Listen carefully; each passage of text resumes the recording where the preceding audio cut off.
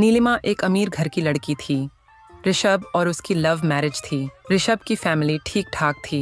ऋषभ के पापा मुकेश कुमार एक बार काफी बीमार पड़ गए। उसके बाद से ऋषभ ने अपने पापा को काम करने के लिए मना कर दिया और छोटा भाई अभी पढ़ाई कर रहा था, इसलिए घर में कमाने वाला ऋषभ ही था।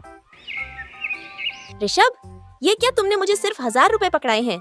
तुम्हें पता भी है ब्यूटी पार्लर का खर्चा कितना है? कम से कम भी लगाओ तो 5000 मुझे चाहिए। नीलिमा, 5000 कैसी बातें कर रही हो? 2000 की बात और है, वो भी मैं तुम्हें बड़ी मुश्किल से निकाल कर दूंगा, पर 5000 तुम सिर्फ पार्लर में खर्च कर दोगी, तो मुझे तो बाकी घर का खर्चा भी देखना है ना। काश मैंने पापा की बात मान ली होती और तुमसे शादी न की होती, तो आज मैं ऋत्विक के साथ कितनी अच्छी लाइफ बिता रही होती। आखिर तुम्हारे मुंह पर वह बात आ ही गई ना कि ऋत्विक एक पैसे वाले खानदान का लड़का है। खैर छोड़ो, अब यह सब बातें करके मेरा मन मत दुखाओ। मैं पहले ही बहुत परेशान हूँ, पापा को दवाई दिलाने लेकर जाना है, मैं अभी जा रहा हूँ। शादी के बाद ऋषभ और नीलिमा के रिश्ते में खटास आने लगी, जिसकी सबसे बड़ी वजह नीलिमा का एक अमीर खानदान की लड़की होना था। नीलिमा की फरमाइश बहुत बढ़ती जा रही थी, जिन्हें पूरा करना ऋषभ के हाथ में नहीं था। पर ऋषभ अपनी तरफ से पूरी कोशिश करता था कि वह किसी भी तरह नीलिमा को खुश रख सके। माँ, नीलिमा कहाँ है? बेटा, बहू तो बाजार गई हुई है, काफी देर हो गई, एक बार फोन करके देख। हाँ, मैं करता हूँ। वैसे मैं सोच रहा था अगले हफ्ते नीलिमा का जन्मदिन आ रहा है, तो क्यों ना हम घर पर एक छोटी सी पार्टी रखें, नीलिमा को अच्छा लगेगा। किरण दीदी और जीजू को भी बुला लेंगे। हाँ, ये तो बहुत अच्छी बात है बेटा। नीलिमा का इस घर में पहला जन्मदिन है, अगर हम उसका जन्मदिन करेंगे तो उसे अच्छा लगेगा। ऋषभ बेटा, एक काम कर, मेरे जो मित्र हैं उनका कैटरिंग का काम है, वह घर में पार्टी की अच्छी व्यवस्था कर देंगे, मैं उन्हें फोन मिला देता हूँ। तभी नीलिमा आ जाती है। एक सेकंड पापा जी, बर्थडे मेरा है तो पार्टी की प्लेस और पार्टी की सारी अरेंजमेंट्स भी मैं ही डिसाइड करूंगी। ये आप जो कैटरिंग और घर में पार्टी का बोल रहे हैं, ये मेरे स्टेटस में नहीं है।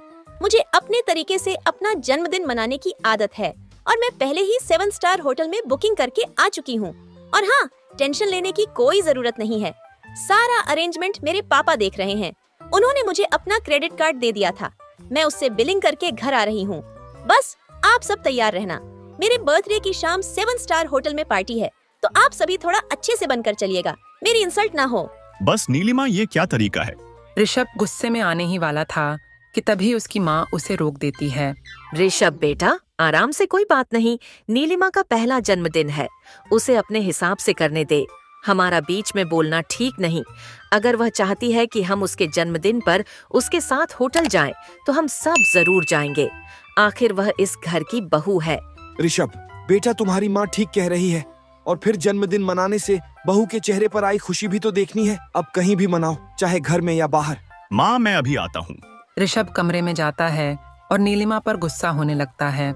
नीलिमा, मैं कोशिश कर तो रहा हूँ कि तुम्हें हर तरह से खुश रखूं, पर तुम हो कि बीच में अपने घर वालों को ले आती हो। तुम्हें क्या जरूरत थी 7 स्टार होटल में इतनी बड़ी पार्टी रखने की? तुम मुझसे कहती तो मैं तुम्हारे लिए किसी अच्छे रेस्टोरेंट में बुकिंग कर देता, पर तुम हमेशा अपनी अमीरी का रौब दिखाती हो। नीलिमा, ये सब ठीक नहीं है। अरे ठीक कैसे नहीं है? तुम जानते हो, मेरे बर्थडे के लिए मेरे घर में सबको बहुत इंतजार रहता है। मेरी फ्रेंड्स, मेरी फैमिली मेंबर सब मेरा बर्थडे बहुत धूमधाम से मनाते हैं। एक तो मैंने तुम्हारे घर वालों की इज्जत बचाई है, सब मेरे से बर्थडे पार्टी के लिए कह रहे थे। अब मैं यहाँ छोटे से घर में तो किसी को बुला नहीं सकती थी, और तुम्हारे पापा की बात सुनकर तो मुझे वैसे ही हंसी आ रही है। पता नहीं कौन सी कैटरिंग की बात कर रहे हैं। बस अब मेरा मुंह मत खुलवा, और तुम लोगों को मैंने बोल दिया है, मेरे बर्थडे वाले दिन शाम को अच्छे से रेडी हो जाना। इसके बाद मुझे इस बारे में कोई बात नहीं करनी। नीलिमा के व्यवहार से ऋषभ और उसके माता पिता थोड़े दुखी थे, पर नीलिमा अब उनके घर की बहू थी, इसलिए उन्होंने ज्यादा कुछ नहीं कहा। ऐसे ही करते हुए बर्थडे का दिन आ जाता है। अरे अरे भैया, लेकिन ऐसे कैसे? अरे आप मेरी बात तो सुनो। Hello hello. तभी फोन कट गया। पापा देखो ना, वो 7 स्टार होटल वाला मैनेजर आज शाम की पार्टी के लिए मना कर रहा है, कह रहा है कि हमारी बुकिंग कैंसिल कर दी गई है। आप कुछ कीजिए ना प्लीज। अरे नीलिमा बेटा, इसमें मैं क्या कर सकता हूँ? मैंने तो तुम्हें अपना क्रेडिट कार्ड दिया था, अब एंड टाइम पर उन्होंने कैंसिल कर दिया, तो इसमें मैं क्या करूँ? तुम एक काम करो, आज बर्थडे अपने घर पर ही सेलिब्रेट कर लो, पार्टी अगली बार कर देंगे। ये सब कहकर नीलिमा के पापा फोन रख देते हैं और पार्टी न होने की वजह से नीलिमा बहुत उदास हो जाती है कि तभी ऋषभ और उसके माता पिता केक लेकर आते हैं। Happy birthday Nilima, happy birthday बहू, तुम हमेशा खुश रहो। ऋषभ, आज शाम की पार्टी कैंसिल हो गई है। मुझे पता है, मैंने तुम्हारी सारी बातें सुन ली थी। कोई नहीं, मैंने पार्टी के सारे अरेंजमेंट्स कर दिए हैं। आज हम सब मिलकर तुम्हारे बर्थडे सेलिब्रेट करेंगे।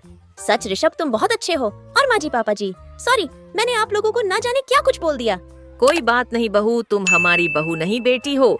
तुम खुश हो तो हम सब कुछ रहेंगे।